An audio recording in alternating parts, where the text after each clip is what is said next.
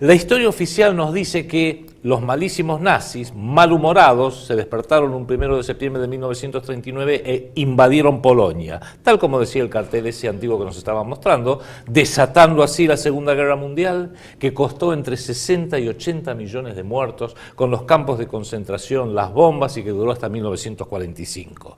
Se trató de una guerra sin cuartel, sin posibilidad alguna de acuerdo o de paz, porque los aliados de aquel entonces exigían la rendición incondicional de Alemania, de Italia y del Japón, que eran los países del así llamado eje. Efectivamente, en aquellos años se luchó, fue la mayor guerra de la historia de la humanidad. Se enfrentaron dos cosmovisiones absolutamente diferentes, intolerantes e irreconciliables. Una tenía que ganar completamente y la otra tenía que perder completamente, como efectivamente lo ocurrió. Tenían visiones distintas respecto de la moneda, respecto de la cultura, respecto de la política, respecto del trabajo. Especialmente las potencias del eje hacían del trabajo el eje de su ideario. Y bueno, los que ganaron evidentemente se quedaron con un botín muy importante, entre ellos el de escribir la historia y el quedarse con 100.000 patentes alemanas, por ejemplo, y llevarse a científicos como el señor von Braun, Werner von Braun, gracias a quien se llegó a la Luna. Pero yo digo, ¿por qué no probamos con una visión un poquito alternativa? ¿Hubo una Primera y Segunda Guerra Mundial, como nos dice la historia, o fue una gran guerra europea que empezó en 1914? Y terminó en 1945 con la derrota de toda Europa, no solamente de algunos países, y la victoria incondicional de Estados Unidos y la ex Unión Soviética. Yo creo que es esta segunda opción. Yo creo que vale la pena por lo menos analizar. A la distancia desde ahora, desde el siglo XXI, bien puede reescribirse la historia de la Segunda Guerra Mundial bajo este paradigma que acabas de mencionar. Porque fíjense que el mundo que tenemos hoy es el mundo absoluto y total que refleja el ideario de quienes fueron los aliados victoriosos, notablemente Estados Unidos, Gran Bretaña, la ex Unión Soviética y Francia y los países que los acompañaron. Pero fíjense una cosa, si vamos un poquito a las raíces de por qué hubo una Segunda Guerra Mundial, creo que es importante recordarlo, y viene al caso por ese titular que decía Alemania invade Polonia.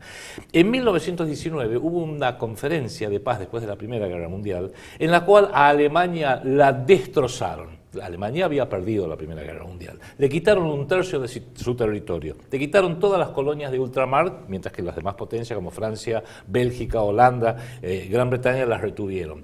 Alemania fue obligada a entregarle las provincias de Alsacia y Lorena a Francia, a entregarle el norte de Silesia a Dinamarca, a entregarle 2 tramos también importantes a Bélgica, y muy importante, le tuvo que entregar Posania, Prusia y Silesia, no a Polonia, porque Polonia dejó de existir en 1797. Los aliados, que después de la Primera Guerra Mundial dijeron, vamos a redibujar el mapa de Europa, dijeron, che, acá sería bueno que hubiera un país nuevo. Entonces reflotaron después de casi 130 años a la antigua Polonia y la crearon, la reinventaron. ¿Esto dónde surgió? Eso fue en la conferencia de Versalles, el famoso Tratado de Versalles, que impuso la paz inicua contra las potencias perdedoras de la Primera Guerra Mundial, que prácticamente garantizaron que hubo luego una Segunda Guerra Mundial. Ojo con cómo te referís al Tratado de Versalles, porque nuestra presidenta hace menos de 10 días intentó en 2 ocasiones referirse al Tratado de Versalles como un antecedente a lo que nos está pasando acá en la Argentina, y ciertos sectores del espectro político le saltaron a la yugular. Bueno, absolutamente. Porque de eso no se puede hablar. Vos lo has mencionado muchas veces, un gran político e historiador y analista argentino, que es el doctor Julio César González, que él llama los tratados que firmó Carlos Menem y Domingo Cavallo con el acompañamiento de todo el espectro político en 1990 y 1991 como el Versalles argentino. Lo hace haciendo alusión a este inicuo tratado de 1919, donde se reinventa Polonia con territorio alemán. Le quitan Prusia, que suena alemán, ¿no? Silesia y Poznania, ese es el nombre exacto. En un artículo de ese tratado, del artículo 231, le impusieron a Alemania como única culpable de haber desatado, de que hubiera habido una Primera Guerra Mundial. Le prohibieron el servicio militar obligatorio, le obligaron a tener una fuerza armada de no más de 100.000 hombres. Estamos hablando de la Primera Guerra Mundial. En esa Primera Guerra Mundial no existía un tal Hitler. No, estaba iba al colegio. No, fue un combatiente, un cabo, desconocido, que suelto. Versalles es consecuencia de la Primera Guerra Mundial. En la Primera Guerra Mundial no se persiguió a nadie en base a su raza, su origen no, fue o su una religión. guerra terrible militar, básicamente militar. Bien, Se le prohibió, Versalles fue eso. Versalles fue eso. Okay. Se le prohibió a Alemania tener artillería pesada, tener submarinos, tener una fuerza aérea. Le impusieron una deuda, una reparación de guerra, una indemnización económica de 130.000 millones de marcos oros, que calculados y convertidos a lo que serían hoy, sería una cifra entre 500.000 y 600.000 millones de dólares que Alemania tenía que pagar a los aliados, notablemente Francia e Inglaterra, por la guerra, por esa guerra terrible que fue solo culpa de Alemania, según decía el Tratado de Versalles. Cuando Alemania no pudo pagar esa cifra y entró en default, para decirlo en términos modernos, Francia invade al corazón industrial de Alemania y ahí se desata la mayor hiperinflación de la historia porque Alemania colapsó. Eso fue en 1923. ¿Por qué digo todo esto? Porque también se le prohibía a Alemania y a Austria unificarse. Lo querían hacer los dos países. Entonces el Tratado de Versalles con Alemania le prohibía a Alemania unificarse con Austria. Y otro tratado similar de Saint-Germain con Austria le prohibía a Austria unificarse con Alemania. O sea, les quedaba claro que como eran dos pueblos alemanes, Alemania y Austria, y querían unificarse, los tratados de derrota que firmaron con ambos países les prohibían hacerlo. ¿Por qué digo todo esto? Porque lo que ocurrió el 1 de septiembre no fue Alemania invadiendo Polonia, fue Alemania recuperando Prusia, Poznania y Silesia. Por supuesto, le había sido quitado. Es más, no digo que las invasiones estén justificadas, pero era mucho más entendible y justificable lo que hizo Alemania el 1 de septiembre de 1939, recuperando 3 provincias que habían sido propias hasta hacía apenas 20 años y que albergaban más de 3 millones de alemanes que se habían transformado en polacos milagrosamente, que lo que hizo la Argentina el 2 de abril de 1982, que tomó las Islas Malvinas, las recuperó, pero que habían sido argentinas hasta hacía 150 años y no había prácticamente ningún argentino viviendo ahí, con lo cual, desde el punto de vista de la justicia histórica, era mucho más comprensible lo que hizo Alemania en 1939 que lo que hizo la República Argentina en 1982. Pero fíjense un detalle, eso fue el 1 de septiembre de 1939, un día terrible, un día de infamia, como dirían los aliados, la invasión alemana a la pobre Polonia. El 3 de septiembre de 1939, los que declaran la guerra oficialmente son Francia e Inglaterra. ¿Contra quién? Contra Alemania. ¿Por qué? Porque queremos defender a Polonia. No movieron ni este dedito para defender a Polonia. Polonia, pobrecita, cayó en pocas semanas. Pero se olvidan de recordar que el 17 de septiembre de 1939, poco más de 2 semanas después, la Unión Soviética invadió la otra mitad de Polonia, porque ya había un acuerdo entre Alemania, muy maquiavélico, un acuerdo entre Alemania y la ex Unión Soviética, el tratado de Ribbentrop-Molotov, por los nombres de sus respectivos cancilleres, que dijeron, vamos a invadir Alemania, vos quédate con una mitad y yo me quedo con la otra. Qué extraño que los aliados que le declaran la guerra a Alemania por haber invadido a la Polonia reflotada en 1919, se olvidaron de declarar la guerra a la Unión Soviética, que invadió la otra mitad. Es más, la Unión Soviética, ya que hacía este paseo yendo a Polonia, también invadió los países bálticos, Letonia, Estonia y Lituania. Trató de invadir Finlandia, pero le fue mal. Es más, uno diría, bueno, se empezó una guerra por la pobre Polonia. No solo no se liberó Polonia, sino que 5 años después los aliados le entregaron a la Unión Soviética Polonia, más un tercio de Alemania, la ex Alemania Oriental, más Hungría, más Ucrania, más los países bálticos, más Bulgaria, más Checoslovaquia, más Yugoslavia, más Rumania, todo en nombre de la democracia.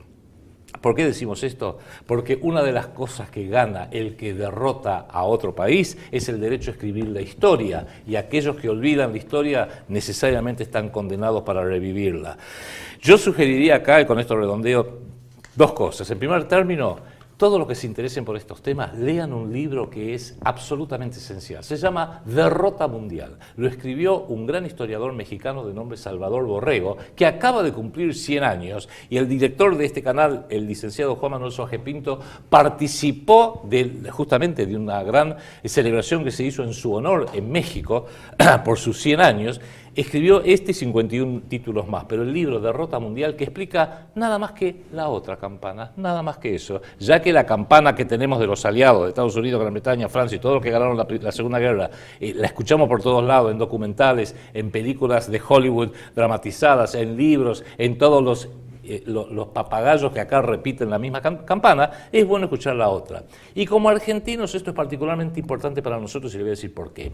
Porque cuando los gloriosos aliados Gran Bretaña, la ex Unión Soviética, Francia y Estados Unidos salvaron al mundo de esos terribles fascismos, ¿qué hizo la República Argentina el 17 de octubre de 1945? Ese mismo año, unos meses de terminada la guerra, unos meses después. Hizo una revolución nacionalsocialista, en definitiva, porque el justicialismo aprendió, abrevó ideológicamente de lo que vio en Europa de estos dos regímenes, el de Italia y Alemania, que tenían ambos una particularidad en común. Pusieron al trabajo en el centro de la vida nacional y combatieron a los usureros y a los chupasangres, como dijo la presidenta hace poco tiempo. Los combatieron porque se dieron cuenta que todo el que es un parásito, un chupasangre, un usurero, va en contra del pueblo trabajador. La Carta del Lavoro de la Italia fascista sirvió de ejemplo para mucha de la legislación del trabajo que implementó el gobierno de Juan Domingo Perón, el justicialismo. Y no olvidemos que el partido alemán era el Partido Nacional Socialista de los trabajadores alemanes, porque el trabajo era el punto esencial. La ética básica, más allá de toda otra consideración ideológica, era el trabajo. Entonces Argentina ya ahí empezó a remar muy en contra, porque ni bien los gloriosos aliados salvaron al mundo del fascismo, ¿qué hace Juan Domingo Perón? Y sí, una revolución fascista, no la llamó así, porque una particularidad, y con esto cierro, Enrique, mientras que la democracia tiene que ser democracia para todos, a las trompadas de ser preciso, a los bombardeos, con toda la violencia que sabemos que ello implica, porque la democracia tiene que ser algo tan estandarizado que la ex Unión Soviética se consideraba democrática. Todo lo que es los movimientos socialistas y nacionales, cada uno lo hace a su estilo. Alemania lo hizo a su estilo, que no es el nuestro para nada. Italia lo hizo al suyo. España, con el falangismo, lo hizo a su estilo, con un fuerte componente católico, digamos muy institucional, que tampoco es el nuestro. Y el peronismo lo hizo al estilo argentino, que es muy distinto, porque justamente los pueblos hermandados sí, pero no tienen que ser todos iguales, no tienen que estar todos con un corset que les imponga una única forma de pensar, una única forma de hacer, una única forma de comportarse. Cada país tiene su estilo, gracias a Dios. Argentina tiene el propio, somos un poquito desorganizados, a los alemanes les gusta desfilar muy prolijamente, bueno, allá ellos. Pero justamente, esa fue una de las cosas, y se decía en aquella época que esa ideología, nacida en Europa, nada más y nada menos que en Europa, no era para exportación, era meramente una forma de organizarse y que después cada país se fijara, si le parecía algo interesante, tratara de adaptarlo a su realidad, que fue exactamente lo que en 1945 en adelante hizo el expresidente Juan Domingo Perón. Bien. La conclusión de todo esto, Adrián, es que los tratados que se firman, sea bajo la circunstancia histórica que sea, la única utilidad que promueven es la del interés del poderoso en detrimento del sometido. A nosotros nos tocó ser los sometidos, sí, por el tratado que se firmó después de la Guerra de Malvinas, y es la Argentina de hoy. La que tenemos. La presidenta quiso hacer esta analogía entre la Argentina de hoy y el Tratado de Malvinas y lo que fue Versalles para Alemania, y le han saltado a la yugular. Yo espero que vos, que lo explicaste con mucho más fundamento y mucho más conocimiento, no haya algún pavote que por decir esto vos también pretenda saltarte a la yugular. Seguro, pero acá hay un único comentario. Que se entienda claramente, estos son comentarios históricos. Absolutamente históricos, refrendados por datos históricos y con una base filosófica esencial, que es de una canción de los años 80 sobre la vida de Eva Perón, que se hizo un documental.